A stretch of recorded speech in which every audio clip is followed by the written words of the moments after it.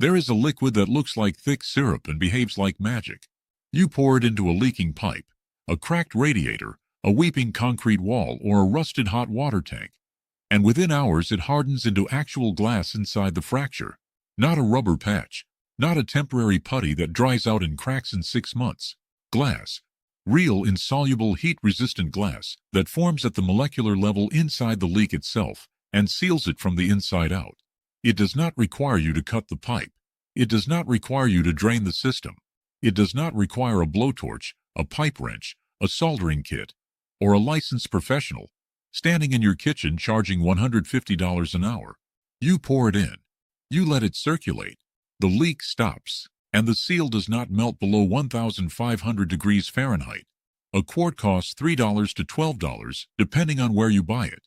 It has been commercially available since the 1800s. The United States military used it during World War II to seal cracked engine blocks in battlefield vehicles when replacement parts could not reach the front lines. And your grandmother almost certainly had a bottle of it in her pantry because, before refrigerators became affordable, it was the most popular method in America for preserving eggs through the winter. The product is called sodium silicate. Its common name is water glass.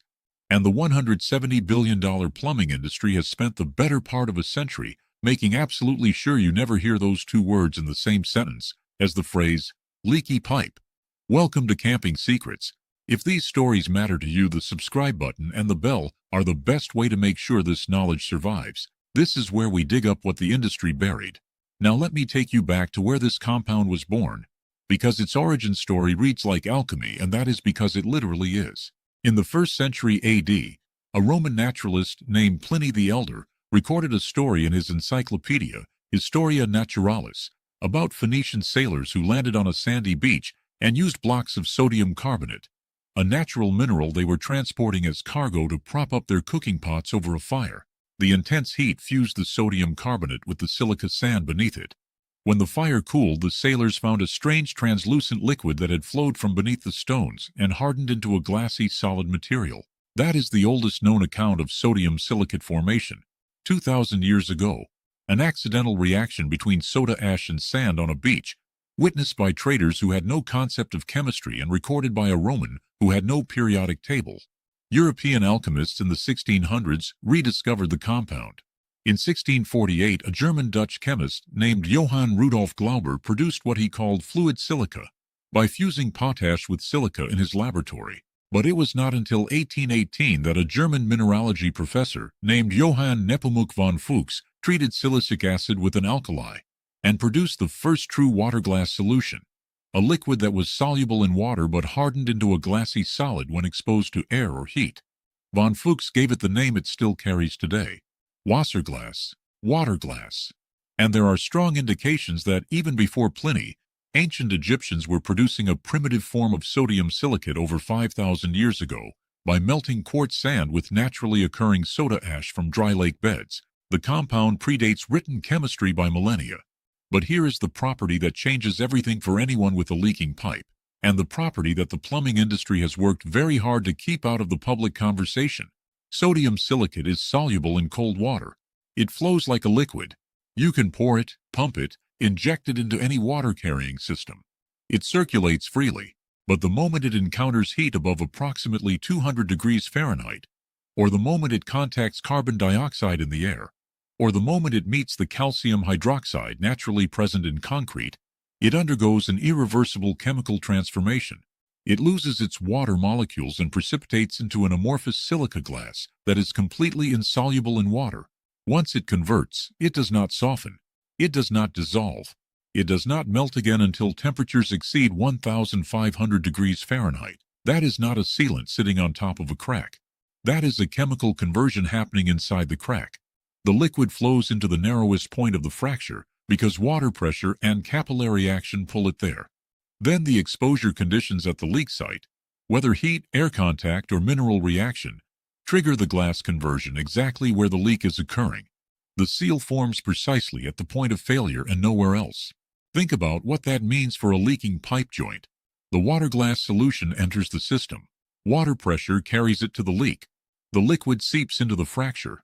At the breach point, where the liquid meets outside air, The sodium silicate converts to glass and bridges the gap. The rest of the solution in the system remains liquid and is flushed out during the next drain cycle. The seal stays behind, permanent and insoluble. American farmers in the 1870s were already using water glass for exactly this kind of practical repair work. They sealed cracked cast iron kettles, patched leaking water troughs, and repaired fractured stovepipes with the same bottle they used to preserve their winter egg supply. During World War II, military mechanics poured sodium silicate into cracked engine cooling systems to seal blown head gaskets on jeeps and tanks when proper replacement parts were weeks away by supply line. The compound was documented in military maintenance manuals as an emergency field repair material. After the war, commercially branded products containing sodium silicate as the primary active ingredient appeared in auto parts stores across America. K&W Block Sealer bars leaks, and dozens of other products use sodium silicate combined with fine metallic powders to seal radiator leaks, head gasket failures, and cracked blocks. Mechanics in rural America relied on these products for decades, and then quietly they started disappearing from shelves, not because they stopped working, because they worked on things the repair industry would rather you replaced entirely. If you have made it this far, you already know more about emergency pipe and leak repair than 99% of homeowners and most of the contractors they call in a panic at 2 a.m. Subscribe and share this with someone who is about to spend $500 on an emergency plumber for a fix that a $3 bottle could handle in an afternoon. Now stay with me, because the economics behind this suppression are the heaviest part of this story. The United States plumbing industry generates over $170 billion in annual revenue. There are more than 132,000 plumbing businesses operating in this country right now. Employing over 500,000 workers, the average emergency plumbing service call costs between $150 and $300 per hour. A leaking pipe repair runs $150 to $500 for an accessible joint. A leak inside a wall costs $500 to $5,000 or more once you account for drywall removal, pipe access, repair, and restoration. Residential water leaks waste nearly 1 trillion gallons of water across the United States every year. The average insurance claim for residential water damage is over $11,000. Water damage restoration alone costs homeowners an average of $3,800 per incident. Every single one of those dollars flows through a system that depends on one foundational assumption. When a pipe leaks, you call a professional. When a joint weeps, you schedule a service visit. When a fitting drips, you pay someone to cut it out and replace it. The entire revenue model of the residential plumbing service industry is built on the belief that pipe repair is beyond the capability of the homeowner. A $3 bottle of liquid glass that seals a leak from the inside without cutting, soldering, or replacing anything does not fit inside that economic model. A compound that any person can pour into a system and walk away, while chemistry does the work, is not a product the service industry wants on your shelf. It is a product the service industry needs you to believe does not exist, or does not work, or is somehow too dangerous for a civilian to handle. And yet sodium silicate is classified as generally recognized as safe by the FDA for food contact applications. Your grandmother literally submerged eggs in it and ate them months later. It is used in commercial detergents, in paper manufacturing, in concrete waterproofing, and as a binder in industrial refractories.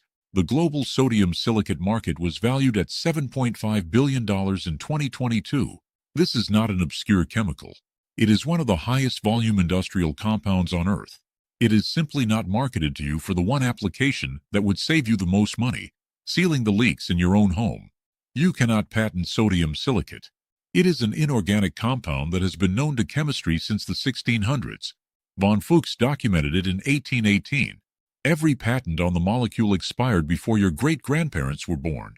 You cannot build a licensing empire around sand and soda ash fused with heat, the two most abundant materials on the planet's surface. And that is precisely why every branded pipe sealant on the hardware store shelf contains sodium silicate as the primary active ingredient, but never advertises that fact on the front label. They take $3 worth of water glass, blend it with thickeners, metallic fillers, and proprietary surfactants, pour it into a branded tube with aggressive packaging, and sell it for $15 to $40 per application. The chemistry inside that tube is the same chemistry Phoenician sailors stumbled onto 2,000 years ago. The only difference is the label and the margin. Now, I need to be completely honest with you about limitations because this compound is powerful, but it is not a universal fix. Sodium silicate works best on small to moderate leaks, hairline cracks, weeping joints, pinhole failures in copper, and slow seeps through concrete. It is not a replacement for a pipe that has corroded through entirely, or a joint that has physically separated. If a pipe has burst open or a fitting has blown off, you need a mechanical repair. Water glass seals fractures. It does not rebuild missing pipe. The compound is strongly alkaline in liquid form, similar in pH to household bleach. Wear rubber gloves and eye protection when handling the concentrate. Keep it away from aluminum surfaces as sodium silicate can corrode certain aluminum alloys, particularly at elevated temperatures. Do not use it in systems that run antifreeze unless you flush the system to straight water first, apply the treatment, allow it to cure, and then reintroduce the antifreeze afterward. The silicate needs water, not glycol, to circulate and convert properly. And one critical detail: once sodium silicate converts to glass inside a system, it is extremely difficult to remove. If you over-apply it to a cooling system or closed loop, it can restrict flow through narrow passages. Use the minimum amount necessary to seal the leak. More is not better with this compound. Precision beats volume. Here is exactly how to use it. Step 1. Purchase sodium silicate solution, also sold as liquid water glass, from any chemical supply company, online retailer, or hardware store carrying fireplace and stove repair products. A quart of 40% sodium silicate solution typically costs between $5 and $15 and will handle multiple repairs. Step 2. For a leaking pipe joint or pinhole leak in a pressurized water line, drain the system and dry the exterior of the leak area. Apply the sodium silicate solution directly to the crack or joint with a brush or rag. Let it air dry for 24 hours. The exposure to carbon dioxide in the air will trigger the glass conversion on the surface. Apply a second coat after the first has dried. Repressurize the system after 48 hours. Step 3. For a slow weeping leak in a closed system like a hot water loop, radiator, or boiler, you can add the solution directly to the water in the system. Use approximately 2 tablespoons of sodium silicate per gallon of system capacity. Run the system at operating temperature for 30 to 60 minutes. The heat at the leak point will cause the silicate to convert to glass at the exact location of the failure. Drain and flush the system after the leak has stopped. Refill with fresh water. Step 4. For concrete foundation walls, basement floors, or cisterns with slow water seepage, mix 1 part sodium silicate with 4 parts water and brush it directly onto the damp surface. The silicate reacts with the free calcium hydroxide in the concrete and forms calcium silicate hydrate, which is the exact same binding compound that gives concrete its structural strength. You are not coating the concrete. You are chemically becoming part of the concrete. The pores fill, the seepage stops, and the surface hardens. 1 quart of sodium silicate solution is enough to seal multiple pipe joints, treat an entire hot water system, and waterproof a 200 square foot section of basement wall. Total investment under $15 and an afternoon of your time.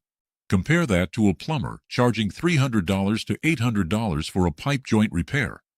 Compare it to a basement waterproofing contractor quoting $5,000 to $15,000 for interior drainage and sump pump installation. Compare it to an $11,000 insurance claim for water damage that could have been prevented with a $3 bottle applied before the leak became a flood. This knowledge did not disappear.